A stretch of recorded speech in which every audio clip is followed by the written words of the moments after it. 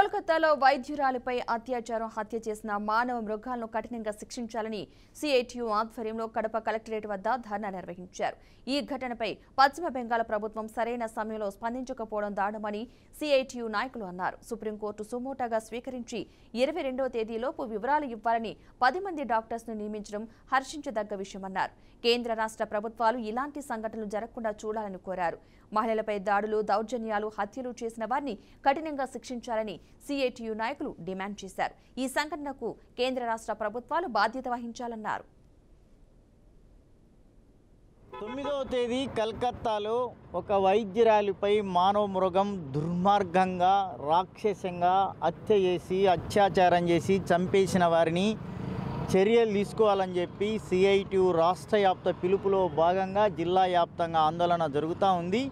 ఇందులో భాగంగానే సిఐటియు కడప నగర కమిటీ ఆధ్వర్యంలో కడప కలెక్టరేట్ వద్ద నిరసన కార్యక్రమం జరుగుతూ ఉంది. ముఖ్యంగా కేంద్ర ప్రభుత్వం కానీ, రాష్ట్ర ప్రభుత్వం కానీ, తృణమూల ప్రభుత్వం కానీ, సెంటర్లో ఉన్న ప్రభుత్వాలు కానీ ఈ హత్య పైన మాట్లాడకపోవడం చాలా దుర్మార్గం, అన్యాయంగా సిఐటియుగా భావిస్తూ ఉన్నాం. అంటే చర్యలు తీసుకోవాల్సినటువంటి వాళ్ళే చర్యలు తీసుకోకుండా కళ్ళబుల్లి మాటలు చెప్పి రోడ్ల మీదకి రావడం అన్యాయం.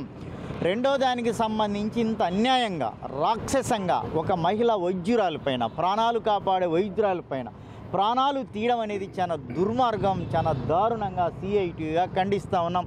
నెంబర్ 2, ఈరోజు సుప్రీంకోర్టు, గౌరవ సుప్రీంకోర్టు చాలా స్పష్టంగా సుమోటగా స్వీకరించి జోక్యం చేసుకొని రేపటిలోపు వివరాలు ఇవ్వాలి అని చెప్పి 10 మందితో టాస్క్ ఫోర్స్ డాక్టర్స్తో ఏర్పాటు చేయడాన్ని అభినందిస్తూ ఉన్నాం, స్వాగతిస్తున్నామని చెప్పి